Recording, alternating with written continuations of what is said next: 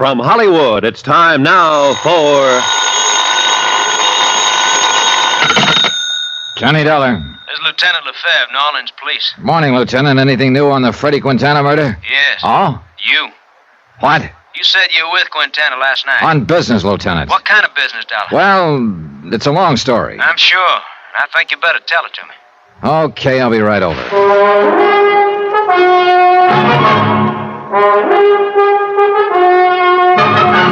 Tonight, and every weekday night, Bob Bailey in the transcribed adventures of the man with the action-packed expense account, America's fabulous freelance insurance investigator. Yours truly, Johnny Dollar.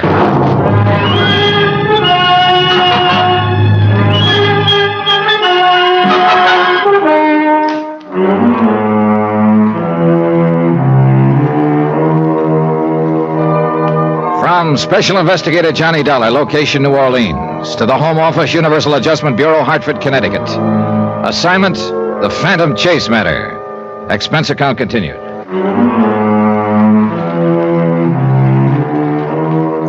Item 12, $1.20 cab fare from my hotel to police headquarters, where Detective Lieutenant Lefebvre was waiting for me. All right, Dollar. Now, what's it all about? Lieutenant, it's mainly about Tom Chase, alias Tom James. Chase? James? Who's he? Former junior partner in the investment firm of Everson and Chase in New York City. Chase embezzled $120,000 from the firm. It's not very easy to do. I know, but he was real smart about it. George Everson, the senior partner, explained how Chase had done it. You see, he specialized in long-term investments. Oh, people that buy and hold on, huh? Yeah, that's right. Chase juggled the accounts, and over what must have been a period of many months, he siphoned off a total of $120,000. Mm-hmm. How'd Everson find out about it? Oh, one of their clients suddenly decided to sell out. His count wasn't as fat as it should have been, huh? That's right. Everson immediately ordered an audit. The total shortage was discovered, and the DA's office moved in. Did Chase make any kind of statement? No, none at all. He just clammed up. Everson tried to get him to explain, and so did Chase's wife, Lola. But he wouldn't say anything. Everson raised bail for him, and Chase promptly jumped bail and disappeared. Mm-hmm. You know, I've heard stories like this before, Doc. Yeah, sure. Open and shut embezzlement. Anybody find a motive? Well, we're just guessing at that. Could be any one of the standard ones, I guess. Gambling debts, maybe? Oh, I don't know. As far as we can determine, Chase didn't do any gambling. Of course, you never really know. What about a woman? Well, now that's probably closer to it. Although I'm like George Everson. If it was a woman, I don't get it. Why not? You should see Chase's wife, Lola. Oh, like that, eh? Like that. Still, the woods are full of men who've run out on good wives. Oh, yeah. There was something wrong in the happy home, all right, but I guess it was all on Chase's part. Was he? Lola told me he'd been moody and tense for some time before the embezzlement became known. He was away from home a lot at night. Told her he'd been working late. Mm-hmm. That, too, sounds familiar. She asked George Everson about it, and George told her it wasn't so. Then there was the matter of the vacation. Vacation? Yeah, at the last moment, Tom Chase told Lola he couldn't get away, but insisted she go anyway. So she went to Martha's Vineyard alone. Mm-hmm. Well, it certainly has all the earmarks of another woman. I know. I asked George Everson if he knew of any other woman. He said no. I haven't had the heart to ask Lola Chase that yet. But I got a hunch that's what she's afraid it is, too. Well, it's all very interesting, Dollar, but what's it got to do with Freddie Quintana's murder here in New Orleans? Yeah. Here's a New York newspaper. Last week. Take a look at it. Uh-huh. Article on New Orleans jazz. Yeah. That's a picture of Ace's Castle down on the quarter. George Everson spotted this picture. The fellow in the background sitting at the bar looked to him like Tom Chase, and Chase was crazy about jazz. And that's why you come down here to New Orleans? Yep. Freddie Quintana contacted me night before last and told me Tom Chase was in New Orleans under the name of Tom James. Did he have any proof to show you? A letter Chase had started to Lola, then threw away. Quintana stole it from Chase's room. The handwriting genuine? Mm-hmm. I checked it against a sample of Chase's writing that I'd brought with me. Yeah, it's his, all right. Go on. Well, Quintana told me to meet him in his room at midnight. He'd have Chase there. Apparently, he was pretending to negotiate with Chase for passage out of the country. Oh? So Lola and I went to Quintana's room at midnight, but he didn't show. And I took her back to her hotel. Then I met you, and you showed me Freddie Quintana's body in the alley. It sure looks like Tom Chase didn't want to get found. Mm-hmm. So now if we get Tom Chase, we got Freddie Quintana's killer. That's about the size of it, Lieutenant. I don't know. What do you mean?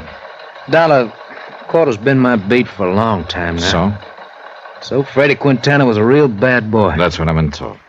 And when a bad boy gets himself killed, it isn't always easy to tag the man who did it. Meaning there are a lot of them who'd like to have done it, huh? In Freddie's case, a long line of them. I don't doubt it. Well, we give it a whirl. Tom Chase, alias Tom James. I'll get out bulletin on him. If he's the one, though, he probably skipped town by now. Could be. What's your next move, Johnny? One that I don't look forward to, believe me. Oh? Breaking the news to Lola Chase.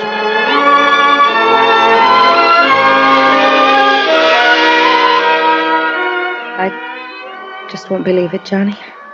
I know. It was hard enough to think that Tom was an embezzler, but he isn't a killer, Johnny. He couldn't be.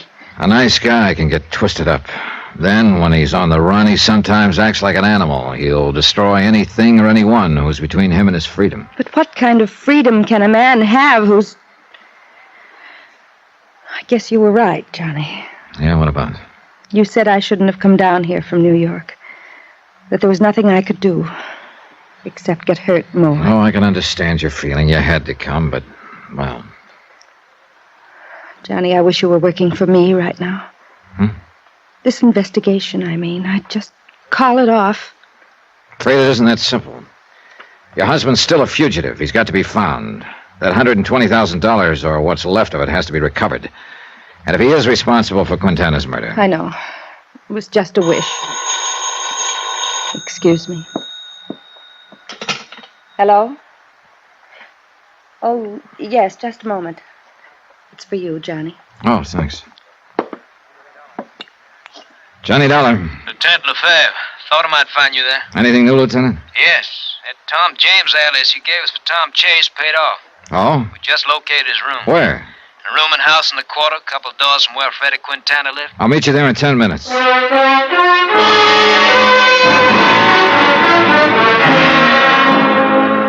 Expense account item 13, $3. Cab fare from Lola's hotel to the rooming house in the quarter. $2 for the fare, $1 extra for speed. The driver earned it.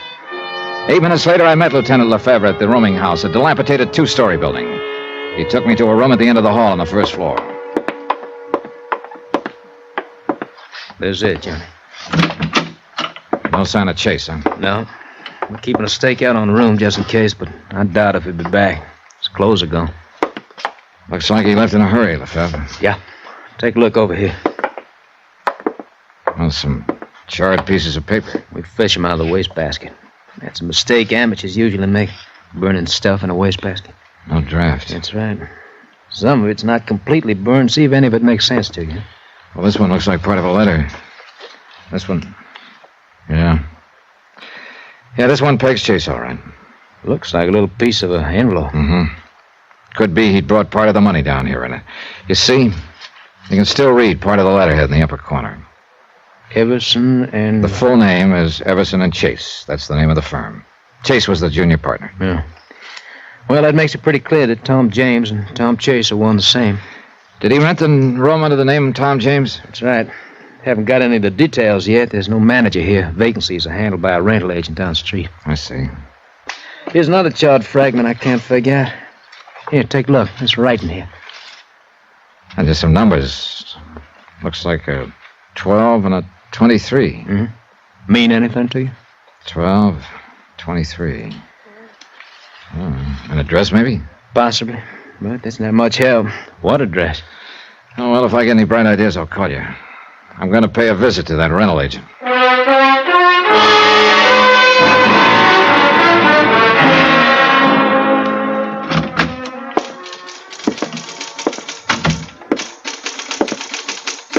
Yes, sir. What can I do for you? Are you the agent for that rooming house down the street? That's right, sir. Collis. Is the name Roger Collis? You'd like a room, maybe? No, thanks. I want some information. What about? Well, you rented a room some time ago to a man named Tom James, I believe. Well, let me see. I'll have to look it up. We keep all the rentals in this here book, and it ought to... Yeah, here it is. Oh, yeah.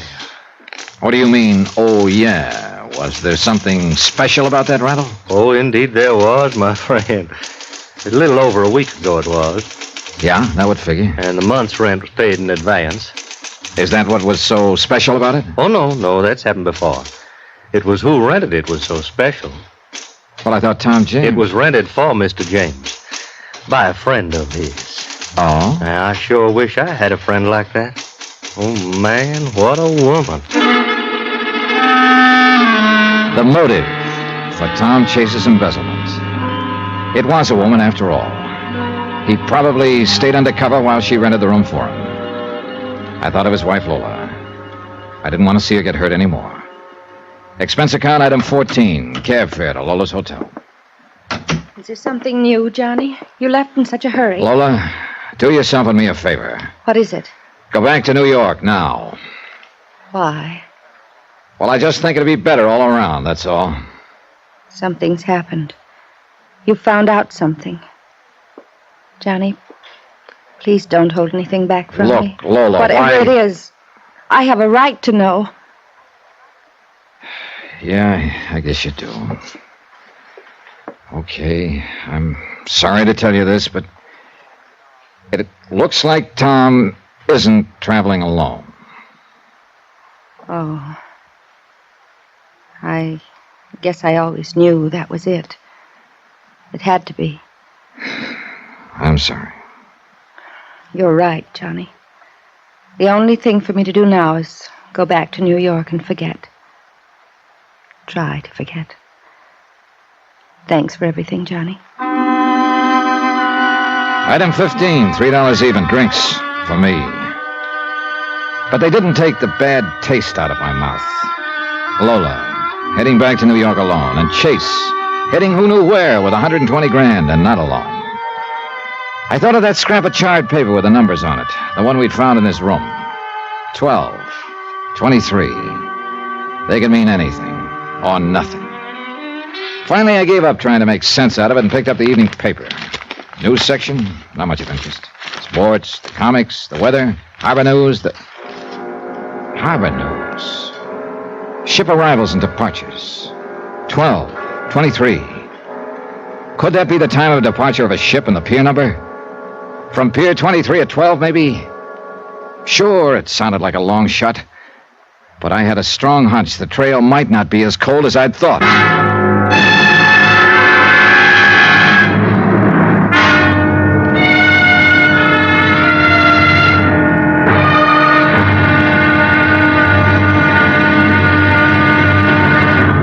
Now, here's our star to tell you about the next intriguing episode of this story. It's about a trail that heats up, and a girl who doesn't exactly help to cool things off.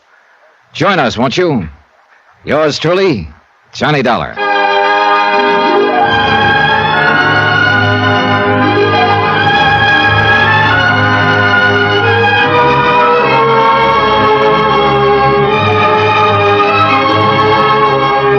Yours truly, Johnny Dollar, starring Bob Bailey, is transcribed in Hollywood.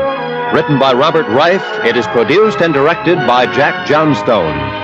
Be sure to join us tomorrow night, same time and station, for the next exciting episode of Yours truly, Johnny Dollar. Roy Rowan speaking.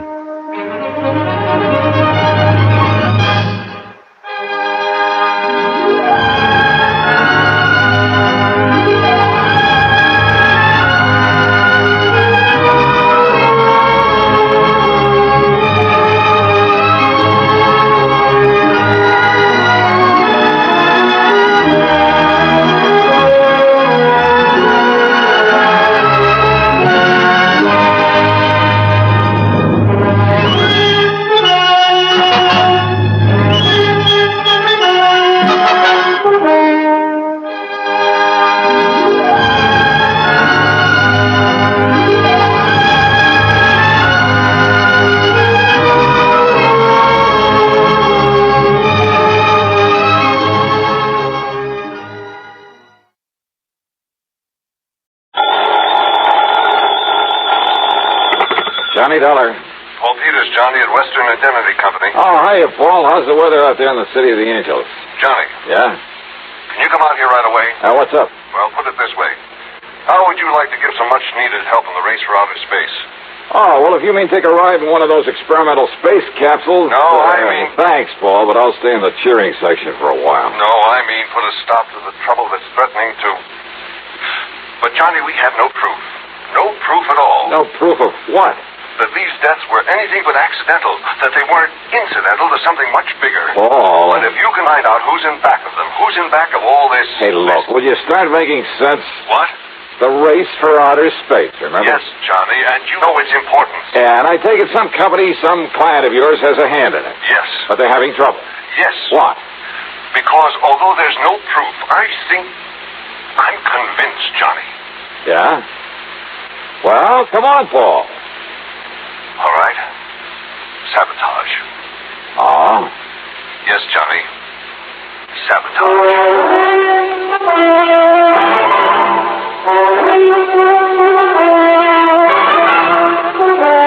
CBS Radio brings you Bob Bailey in the exciting adventures of the man with the action-packed expense account, America's fabulous freelance insurance investigator. Yours truly, Johnny Dollar.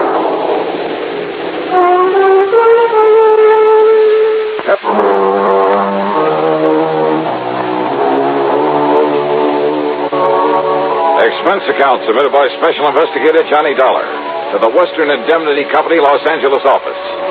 Following is an account of expenses incurred during my investigation of the Flask of Death matter.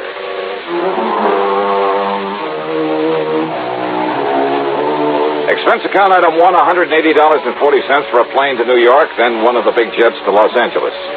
Item 2, $570 for a cab to Paul Peters' office on Wilshire Boulevard on the strip they call the Miracle Mile.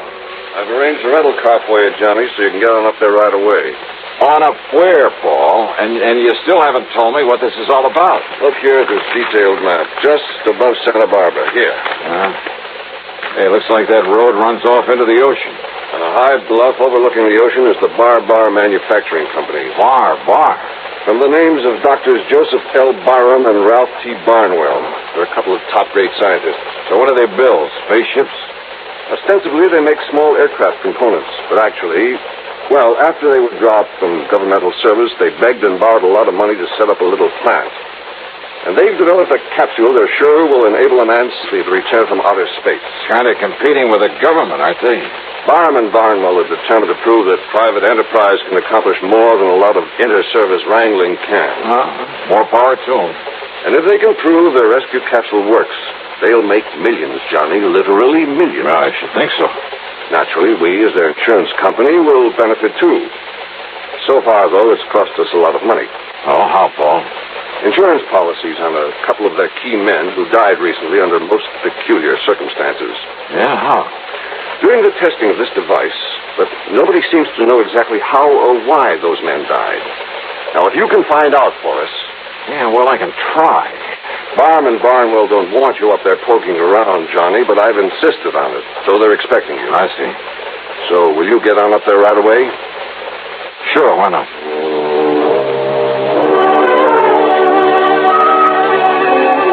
Thanks to a good freeway system, I arrived at the Bar plant shortly after 2 p.m.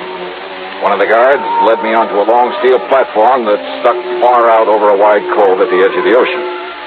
At the end of it, surrounded by a lot of complicated machinery, attended by half a dozen men, was Dr. Ralph Barnwell at the controls of a gigantic hoist. A long, heavy steel cable on it was pulling something out of the deep waters of the cove. Much to my surprise, Dr. Barnwell didn't seem to resent my presence at all. Yes, Dollar. Here comes the space capsule. This time the test has to be successful. Tell me, Dr. Barnwell. Twice before it was plunged, fired into this deep hole at the edge of the ocean under conditions simulating a return from outer space. Everything within the capsule functioned perfectly. The tests were a complete success.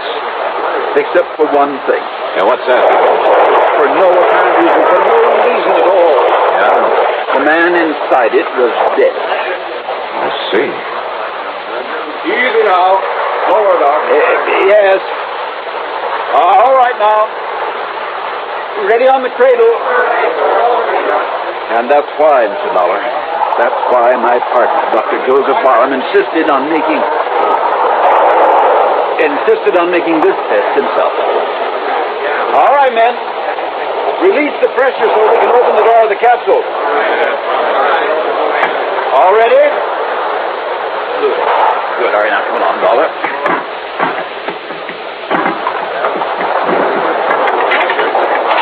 Open it up yourself, don't you? Yes. Yes, I'll open it. Stand aside. Stand aside then so that we can... All right, now, Dr. Barton, did you...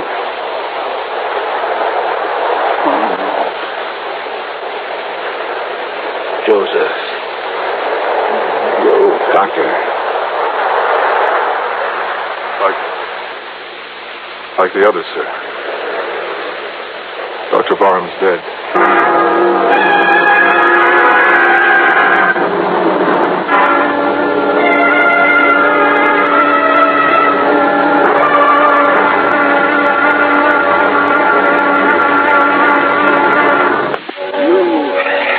You saw it yourself, Dollar. There was nothing inside that capsule that could possibly have killed Joseph Barnes. Yeah, well, now, maybe the autopsy will, Doctor? Yes, of course. We'll have an autopsy, the same as we had on the other two men who died this way, that I know what the findings will be. What, sir? Asphyxiation. But I tell you, it's impossible. If the atmosphere inside it became insufficient or faulty for any reason at all, it would have shown up on the tape recordings that we so carefully checked over. And these young scientists we employed don't miss anything, Dollar. Well, what about a poisonous gas of some kind in there? Poisonous gas? Well, 3 of these in a row, Doctor. It looks kind of deliberate, doesn't it? The presence of any known poisonous gas would have been recorded, too. Any known poisonous gas? What? Well, isn't that what you said, Doctor? And with all the people in the world who'd like to see you fail with the rescue capsule, don't you think a few of them might be clever enough to make up something you couldn't spot? You're talking about some spy, that sort of nonsense? Is it nonsense? Nothing could be placed in that capsule without our knowing about it. You're pretty sure of all the people you have working here? Of course we are, as sure as we can be. Yeah? And what's more, if any device had been placed in the capsule to release this poisonous gas you're talking about, we'd have discovered it when we opened the capsule. We'd have smelled traces of it. Well, maybe. And maybe it sounds wild, Doctor, but have you considered the possibility of the man himself in there releasing some kind of... Dr. Barham, a suicide? No. Good heavens, no. All right, how was a breathable atmosphere provided inside that thing? 2 oxygen tanks, primarily, and a minus-pressure tank system containing a CO2 absorption unit, plus, of course... Well, what's been done with the oxygen tanks that were aboard?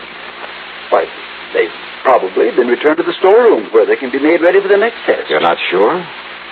I tell you, Dollar, the presence of any poisonous gas... Any known poisonous gas, remember? You know that rescue capsule inside and out, don't you?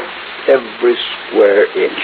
Even the most minute detail. Well, I know nothing about it, but, Doctor, that might be an advantage in my investigation. What? Because I have no preconceptions about why or how some device couldn't be put aboard.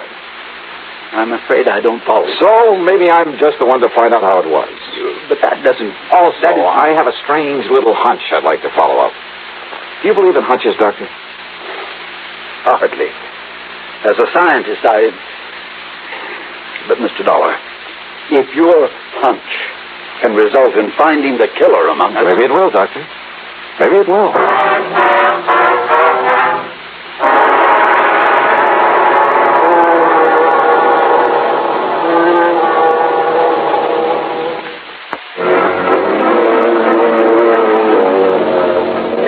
My hunch was a long shot, and I knew it. But my hunches usually pay off. Dr. Barnwell promised no interferences and gave me a pass that would get me by his security guards to any department or laboratory in the place. I talked with some of his bright young scientists and engineers and other technicians, not because I expected to get anything from them, and I didn't, but to hide my real purpose. Then I wandered into the storeroom where the oxygen cylinders were kept. I talked to a rather dull-witted character named Pete Prosser. Oh, just about to empty out these here little oxy bottles and go home. Say, didn't I see you up there on the dock with Dr. Barnwell this afternoon, Mr. Dollar? Yeah, that's right, Pete. And, aren't you the one who opened some of the valves on the outside of that capsule just before Dr. Barnwell opened the door of it? Well, release valves, they call them, Mr. Dollar. Yeah. I open them up real slow so as to let the inside pressure get what you call equalized with the outside air. Or to release whatever was inside that killed him. Oh, what you say, Mr. Dollar? Pete, where do the oxygen bottles come from that are used to provide an atmosphere in that capsule? Right here in my storeroom, Mr. Dollar. Oh, you fill them up yourself? From a master cylinder of the stuff, something like that, huh? Oh, no, sir. I only issue them out when I get the orders, Mr. Dollar. I guess they don't think I got brains enough for anything much else. But I really have, Mr. Dollar. I got a lot of... Well, who does fill them up for use? Well, now, that's a funny thing, Mr. Dollar. I don't exactly know. You don't know? But it must be some of the scientists they got all around here. For all I know, Mr. Dollar, is they're always full and ready when I get the orders to deliver flask number so-and-so and so-and-so up to the dock. I come down here and get them and then help install them. What happened to the bottles that we used this afternoon? Well, the first thing we done, Mr. Dollar, was check them out up there on the dock. Check them out? Well, sure, Mr. Dollar, to be sure they still had pressure in them in case their running out was what killed poor Dr. Barham. But it wasn't, on account of they still had plenty of pressure. You emptied them up there? Oh, no, sir, Mr. Dollar. That's what I was going to do when you come here just now. You see them here on this rack? Yeah. What have you hooked them up to, that pipe through the ceiling there? What's that? Oh, that's the exhaust. You see, I just put this valve, and they empty out in the air where they can't cause no explosion or nothing. No, wait. Close that valve. Oh, sure. Only we can't fill them up fresh if we don't empty them first. Hey, Pete, well, listen, Pete. Yes, sir, Mr. Dollar. Well, I've kept you after hours, and I'm sorry for that. Oh, that's all right. So, why don't you run along and I'll take care of emptying these flasks for you, huh? Well, now, that's real nice of you, Mr. Dollar. Sure. I'll see you in the morning. Yes, sir. Well, good night, Mr. Dollar, and thank you, sir. When he was gone, I tore over to one of the laboratories I'd visited earlier. There I borrowed a couple of healthy-looking white mice. Then back to the storeroom. I hooked a tube onto each of the oxy bottles and slowly fed the contents, supposedly pure oxygen, into the cage with the mice. Well, for a while, they cavorted about very merrily, and I wondered if for once my hunch had been a wrong one. But then, suddenly, the mice keeled over, lay there, gasping for breath. And by the time I could shut off the valve, both of them were stone dead.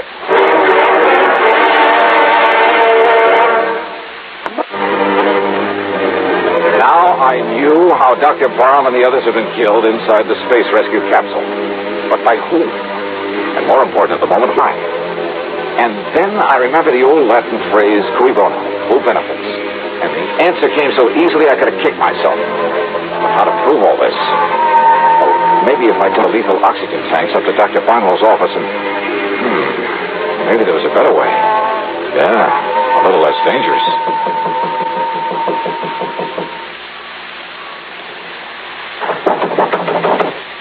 Yes, come in. Oh, come in, Mr. Dollar. Hi, Doctor. Well, as long as you're still around, why don't we have dinner together and see? What's that you have there? Oh, it's just one of the oxygen bottles that was taken off the rescue capsule this afternoon. Yeah, I'll fit it here by the door. May I ask why? Well, because I think the valve has developed a leak, and I just thought you ought to know about it. The valve? It leaks? Sure. Did you hear it? Yes. Yes, well, then we'd best get it out of here. Oh, no, that's all right. Sit down, Doctor. I want to talk with you. Yes, but a lot of additional oxygen in here. If you were to forget and light a cigarette, light a match. I won't forget. Probably wouldn't do a thing anyway. Now, Mr. You know, in spite of your nice reception, I understand you didn't want me to come up here and poke around. Well, I'm sorry if you got that impression. It's probably because Dr. Barham and I thought that... you and Barham got out of government service, didn't you? Why, yes, we did, because the security boys found out some things about you they didn't like? I know, that's ridiculous. Doctor, I'm not going to beat around the bush any longer. I should have known there was something phony about your ordering the pressure released in that capsule before you'd opened it up this afternoon. What? It was really to dissipate the poison gas in it, wasn't it? What poison gas? Mr. Dollar, I told you my opinion of your poison gas theory earlier. But now about this flask of oxygen you... Doctor, now that the capsule works, it's worth millions, isn't it? Works? By killing 3 good men? The first 2, I suspect, were to convince everybody it was accidental. What? Sure. so nobody'd be suspicious when Dr. Barham... Dollar. Yeah, leaving everything to you, millions. What is this nonsense? And listen, about this leaky bottle of oxygen. Well, now, why get so upset about it? I'm not upset. Then sit down. No, Doctor, I said sit down. What do you mean? Gun? Yes, sir, that's right. Now move over so I can call the police to come and pick you up for murder. No, you can't prove it. And listen to me. Well? Listen, we must get out of here quickly. Oh, I'm in no hurry. Now, Dr. Barnwell... Listen, that flask there by the door leaking the gas in here. I thought it was harmless oxygen. It is, of course it is. Only just... Please, let me out. Doctor, you try to move and I'll pull this trigger, so help. But that gas, that hydrogen oxygen gas... Oh, is that what you really put in that harmless-looking little flask? Yes. The same slow-acting gas you used to kill your partner and the other two, huh? Yes. Then you admit it, huh? Yes, I killed them. I killed Barron to get the plant for myself. You'll put that in writing? Anything, but let me out before the gas kills me, too. I can feel it now. We're too late, We're too late. Oh, stop blubbering and get up on your feet. Too late, we'll die. Wrong, Doctor. This flask isn't one of those out of the capsule. What? No. I pulled this one off the shelf. All it holds is pure oxygen.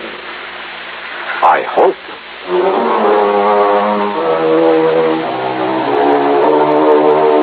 I don't know, of course, but I suspect the government will take over.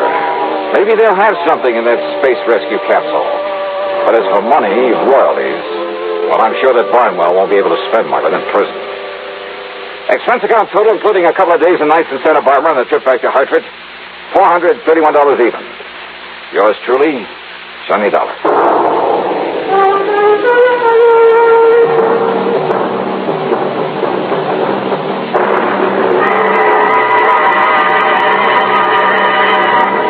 We've a story that's called The Wholly Unexpected Matter, and believe me, the title fits.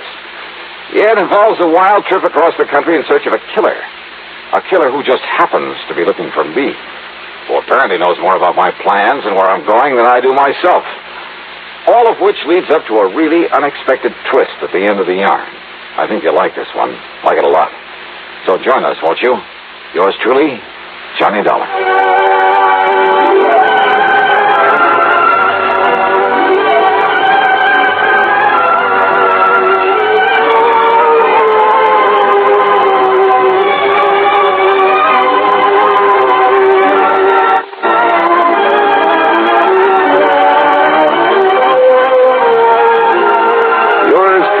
Johnny Dollar, starring Bob Bailey, originates in Hollywood and is written, produced, and directed by Jack Johnstone. Heard in our cast were Paul Duboff, Parley Bear, G. Stanley Jones, Forrest Lewis, Tom Hanley, and Bill James. Be sure to join us next week, same time and station, for another exciting story of yours truly, Johnny Dollar.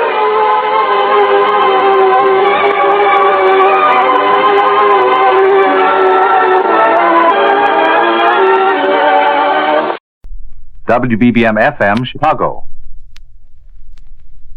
Wrigley's Spearmint Chewing Gum, the refreshing, delicious treat that gives you chewing enjoyment, presents for your listening enjoyment John Lund as...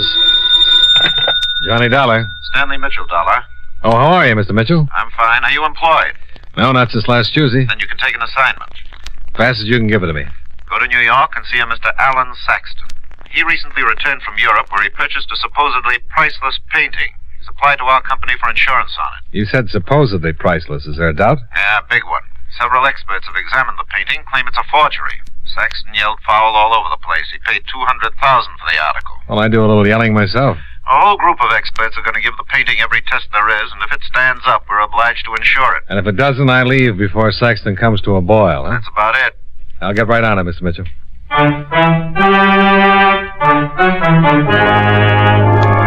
The makers of Wrigley's Spearmint Chewing Gum bring you John Lund in a transcribed adventure of the man with the action-packed expense account, America's fabulous freelance insurance investigator. Yours truly, Johnny Dollar.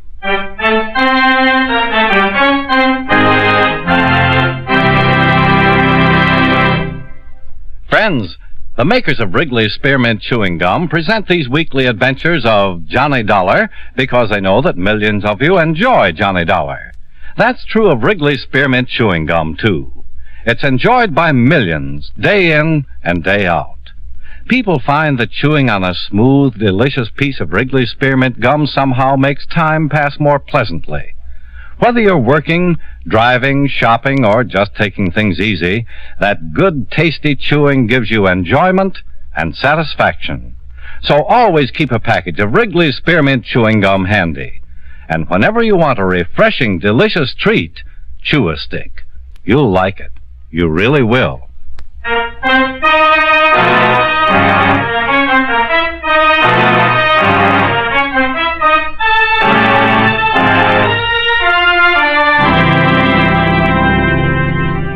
Expense account submitted by Special Investigator Johnny Dollar to Home Office, Great Eastern Life Insurance Company, Hartford, Connecticut. The following is an accounting of expenditures during my investigation of the Alan Saxton matter. Expense account item 1, $21.65, train fare and incidentals between Hartford and New York City. I arrived at Grand Central late in the afternoon and went directly to a hotel where I registered and made arrangements to rent a car. Saxton resided in a quaint 3-story house on an estate across the river in Jersey that looked impressive enough to be an annex to Fort Knox. An old cad butler met me at the door and led the way into a mahogany and leather study, where I was left to wait for the master of the house. Mr. Dollar? That's right. Glad to know you. Mitchell of your company called, said you'd be down. Yes, sir? Well, sit down. A cigar? No, thanks. Aren't you a little premature? How do you mean? Well, there'll be no positive confirmation in my painting till after it's been examined, you know. When will the examination take place? Nasty cough. Yeah, nasty. Well, I'm to turn the painting over to Mr. Farmer from the museum tomorrow morning. I imagine he'll have it for a day or so. I understand you paid $200,000. I sure did. 200,000 fat American dollars, Mr. Dollar. Have you any idea how long it takes to make $200,000, Mr. Dollar? Well, that kind of depends on who's making it. Me, I start getting senile around $1.98. Oh, Lord. If I keep hacking like this, I'll end up doing business in an oxygen tent. You like to see the painting, Mr. Dollar? Sure. Come on. Mr. Dollar, if I've been swindled, I'm going to cause more trouble than a hungry snake in a rabbit pen. Who'd you buy the painting from? One of the biggest, most respectable dealers in Paris is all. You ever been to Paris, Mr. Dollar? Yeah. In here. How about that Paris, eh? Oh, I rather enjoyed myself. I rather did, too. Yeah, I've been there a dozen times now, and I never get tired of anything. Not anything, Mr. Dollar. The last trip I You're met... a terrible old man. Huh? Oh, Barbara, I didn't see you. Obviously. Hello. Hello. This is my impish daughter, only child, spoiled rotten. Barbara. Johnny Dollar. Just going to show Mr. Dollar the painting. Yeah. Beautiful? Yeah. You don't really like it, do you, Mr. Dollar? Well, I really don't know much about it, Miss Saxton. Barbara. You don't care for it, Mr. Dollar? Well, I guess it's very good. Good! Dollar, that's an original Marceau! Marceau! Oh! They're beginning to call Dad the hacking sack. Yeah, hacking sack. Nasty little brat, isn't she?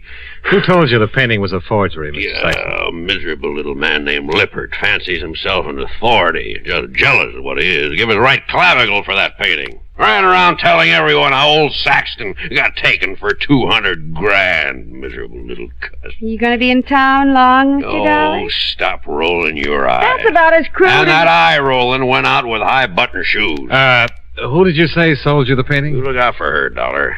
Get that tone? Are you going to be in town long, Mr. Dollar? I want to know. The painting? I bought it from Rene Francois, most reputable dealer in Paris. He's only going to be in town till after they establish my painting's a forgery. Isn't that right, Dollar? Who? Rennie Francois? You! I'm doing my best to save you from this designing female. Now agree with me.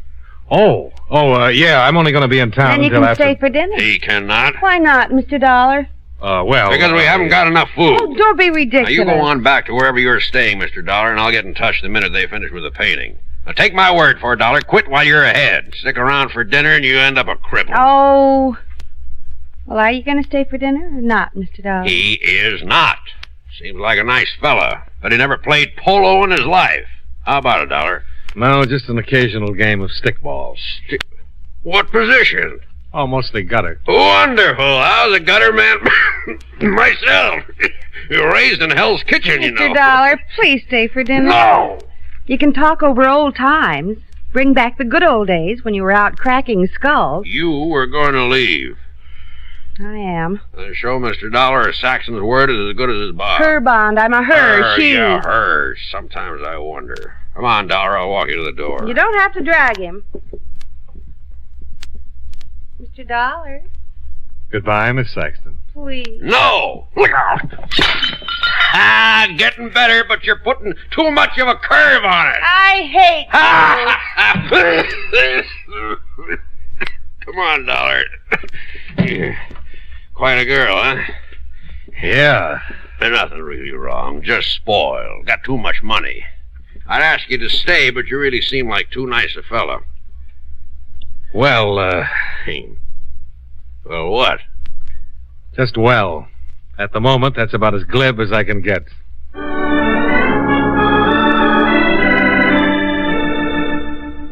I left the Saxton house, shook my head a few times to get my brain turned around, and drove back to New York in my hotel. There wasn't much for me to do until the experts examined the painting, so I showered, shaved, got dressed in my other suit, and called a few numbers I'd collected during several investigations to see if I could get what looked to be a dull evening back on its feet. I struck out 3 times and was dialing the 4th when... Yeah? Come on in. Hello? May I come in? Well, yeah, sure. I hope I didn't interrupt an important call. No.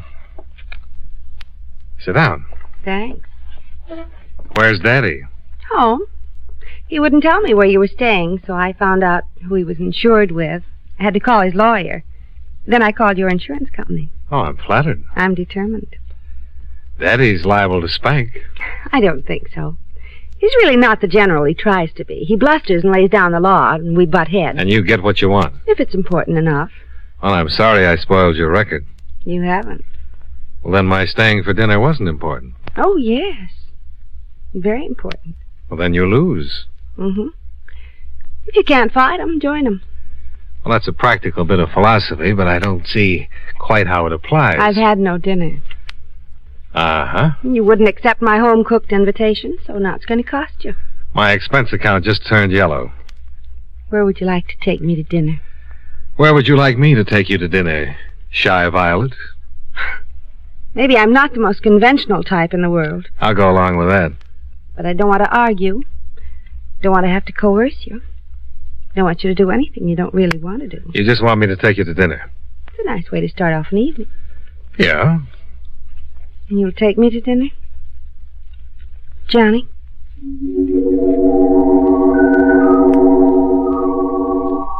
Expense account item 2, $22.78 dinner at a small Italian restaurant. I'm pretty sure the dinner was excellent, but I'm positive that Barbara Saxton was more woman than I'd run into in a long time. Delilah was a Girl Scout by comparison. We got back to the Saxton home in Jersey about 3 in the morning, parked the car at the front door, and said goodnight. I had a wonderful evening. Will you call me tomorrow? Right after my 2 o'clock shock treatment. Weren't you happy? Well, I'm not quite sure. I think we had a little too much to drink. Who had a little too much to drink? Okay. I had a little too much to drink. You're fractured. I love you, Johnny. Let's get married. Come on, dear love. Oh, I don't want to go in yet. I want to get married. Johnny, let's drive to someplace where we can get married. No, I'm once more a clear-thinking, cautious bachelor. I can fix that. Now, while I'm conscious. Want to bet? Oh, come on. Be a good little girl. Get out of that car and let me walk you to the door, or I'll scream for help. You're mean. The word is coward. Yes. Now, come on, dear. No. All right. You're right. You're a coward. But a single one. Now, come on. Kiss me goodnight first. Barbara. Kiss me goodnight or I won't budge. I'll kiss you goodnight at the front door. It's a deal.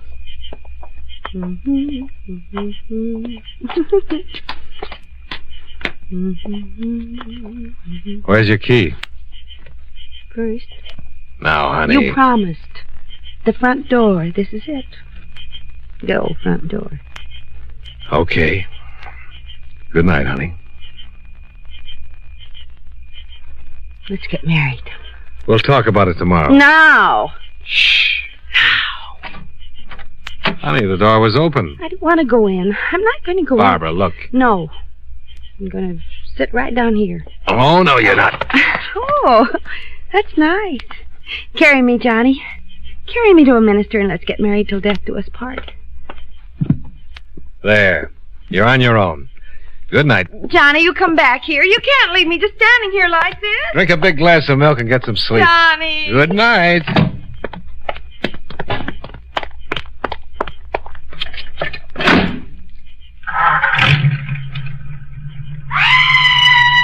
What the...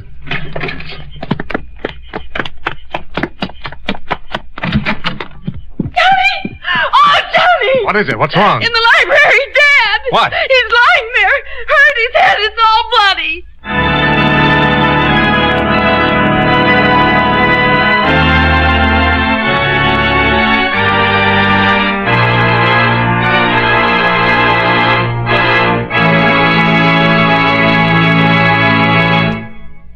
Friends, Wrigley's Spearmint Chewing Gum is a refreshing, delicious treat you can enjoy just about any time. Even when you're busy working, you can slip a stick of Wrigley's Spearmint in your mouth and enjoy that pleasant chewing. The lively, full-bodied spearmint flavor cools your mouth and freshens your taste. The good, smooth chewing helps relieve pent-up tension, gives you satisfaction. As a result, you seem to feel more relaxed and get more enjoyment out of what you're doing. So enjoy chewing Wrigley's Spearmint Gum while you work, and at other times, too. Get a few packages next time you're at the store. That's Wrigley's Spearmint Chewing Gum. Healthful, refreshing, delicious. And now, with our star, John Lund, we bring you the second act of Yours Truly, Johnny Dollar.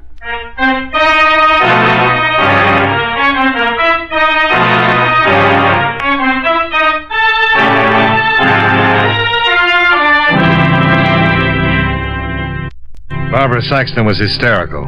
I had to slap her to calm her down. Then together we went into the darkened Saxton house, where I found her father, Alan Saxton, lying on the floor, bleeding from a nasty scalp wound. Johnny? He's all right. Call a doctor. Look, come on. Mr. Saxton. You can't stop him. Don't try to sit up. What? The picture.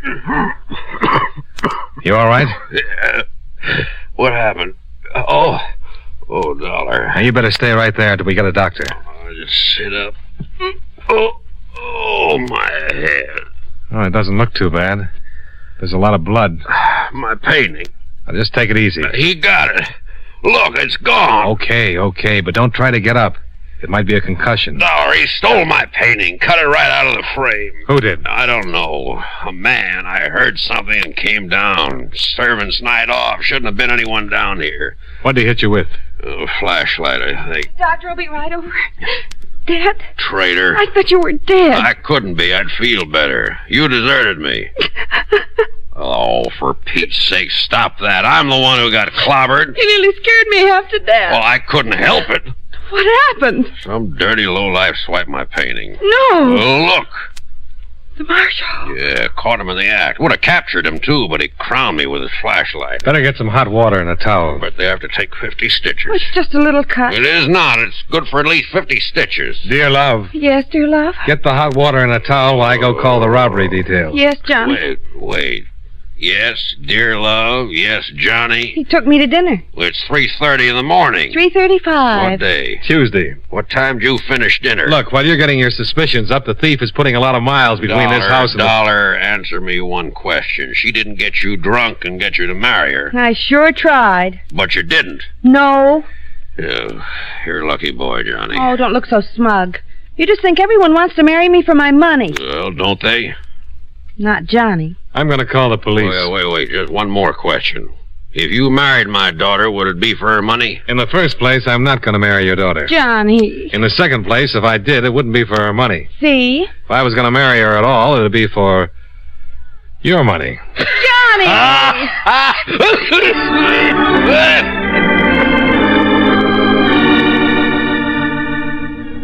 Barbara got a towel and some hot water, and I called the police. I stuck around while old Saxton gave his heroic side of the incident. Then I took off and drove back to the hotel, where I put in a call to the Paris branch of the company. I talked with Howard Gilbert and asked him to check on the departure of Rennie Francois, who, according to Saxton, wasn't expected to arrive in the States until late that afternoon. There had to be a good reason why anyone would steal a painting that had been publicized as a possible fake. Saxton wouldn't have the painting stolen, because without insurance, he'd just be out the $200,000 he'd paid for it. Rennie Francois might have a reason, though. Because if the painting was proved a forgery, his reputation would suffer, not to mention having to return the $200,000 to Saxton. Well, Gilbert promised to wire the information regarding Francois' departure the minute he had it, and I left the hotel and headed across town to see an old friend, a continental stool pigeon with a way of knowing about such things as stolen $200,000 paintings. It was close to 5 o'clock when I rang his doorbell.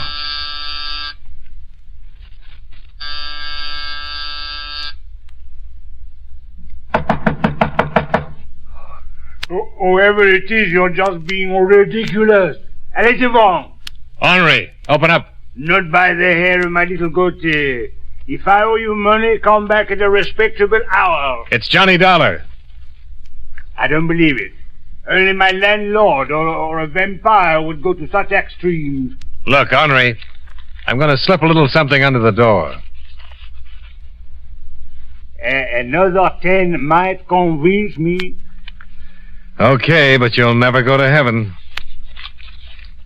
I'm convinced.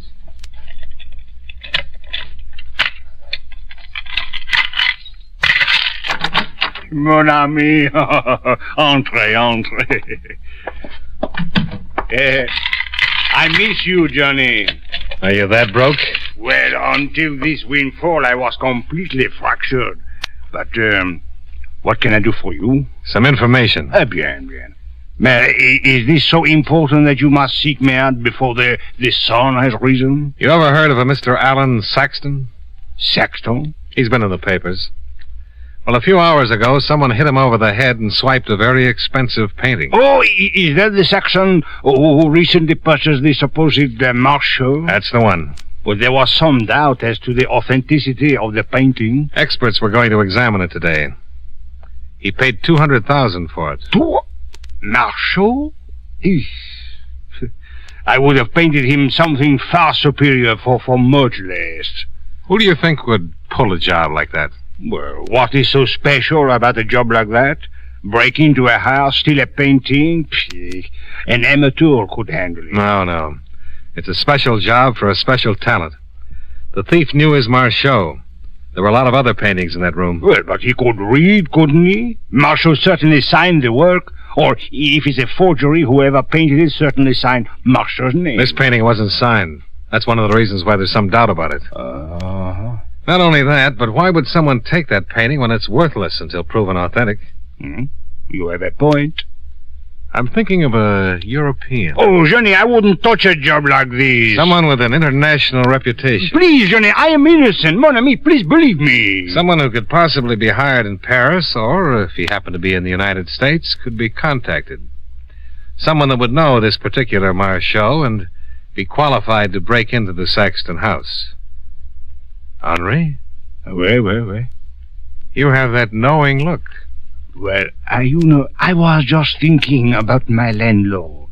Sooner or later, he'll trap me. It's the law of average. So far, I've cleverly avoided this ingenious... How much? Pardon? How much do you owe him? Oh, a paltry 2 months' rent, $40. Okay. Yeah, but what sense is there in paying when it will only provide me with a legal claim to this disgusting dwelling? And I have no sustenance to keep me alive for longer than a week. Well, then just pay him for a week. You would have me starve? How much will keep you alive for 2 months? Well, I would at least like to take care of Greenbaum's delicatessen. $10? Well, the exact amount is 15. Oh, you're lucky I've got an expense account. You think I don't know it? All right, who is he? Well, you might go to the Shelton Arms and inquire about a man named Gaston Chambray. It has been rumored that he arrived from Paris only yesterday. Who is he? Well, that is for you to discover. There are certain things I am bound by honor not to divulge. But any policeman in the world could help you out.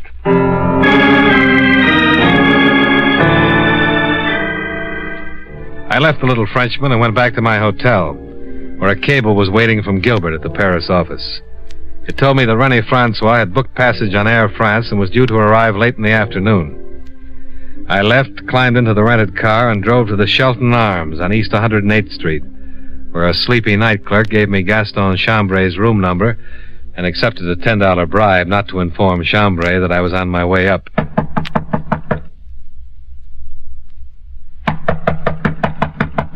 Who is it?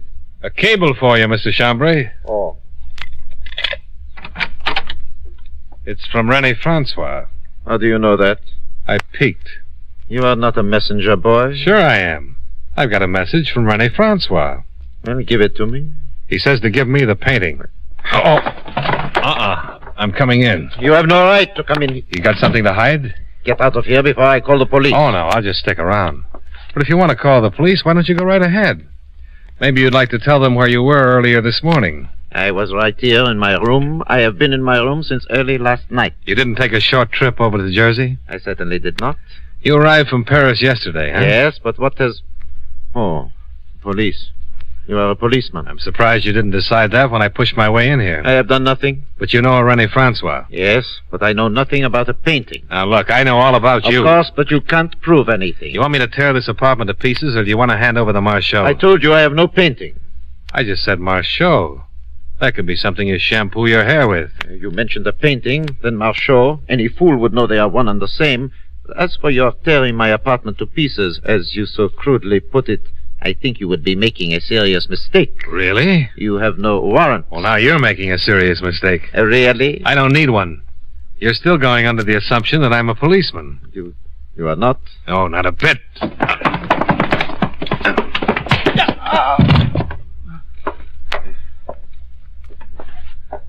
All right, get up. Now, where's the painting? Who sent you? I sent myself. Now, where's the painting?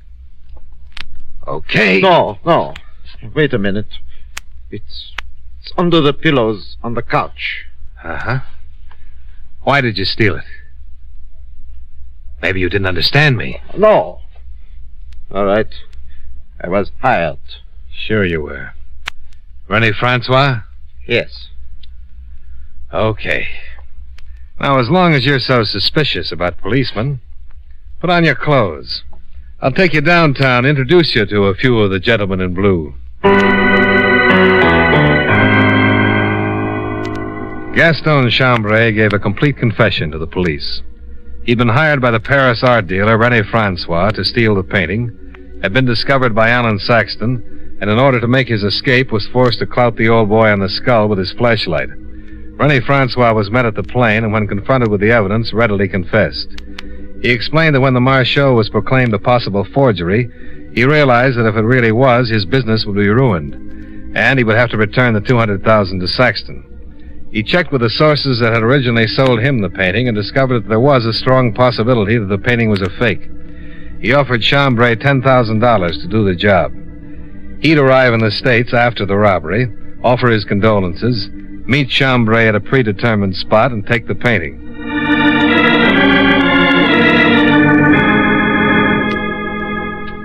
Well, Saxton took it in stride. And after Francois gave him back the money, he even laughed about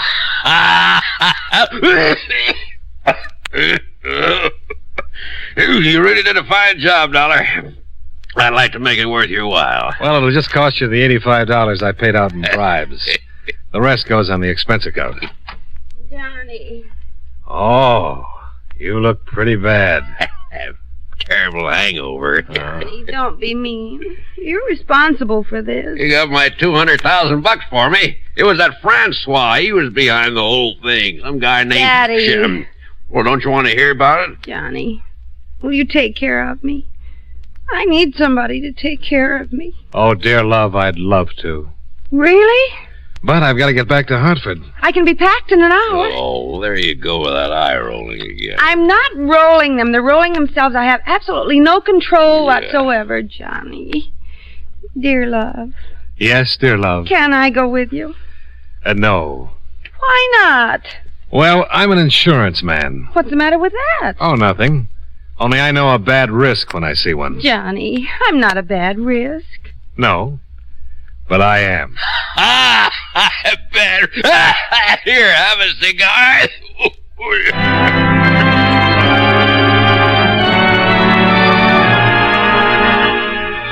Expense account item 3, $55.85, hotel bill and car rental. Item 4, $19.65, train fare and incidentals back to Hartford. Expense account total, $119.93. Yours truly, Johnny Dollar.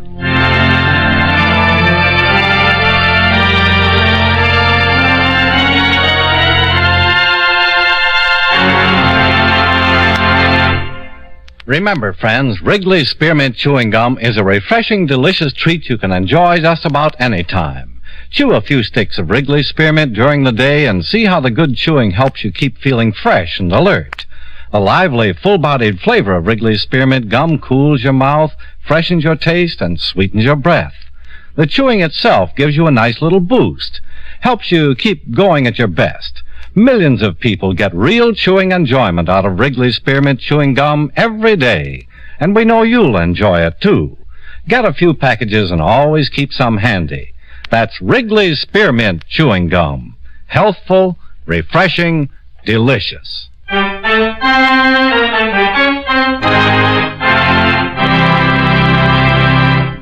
Yours truly, Johnny Dollar, brought to you by Wrigley Spearmint Chewing Gum, stars John Lund in the title role and was written by Blake Edwards with music by Eddie Dunstetter. Featured in tonight's cast were Edgar Barrier, Hal March, Virginia Gregg, and Jay Novello. Yours truly, Johnny Dollar, was transcribed in Hollywood by Jaime Del Valle. The makers of Wrigley's Spearmint Chewing Gum hope you enjoyed tonight's story of Johnny Dollar and that you're enjoying delicious Wrigley's Spearmint Gum every day. This is Charles Lyon, inviting you to join us again next week at the same time when from Hollywood, John Lund returns as... Yours truly, Johnny Dollar.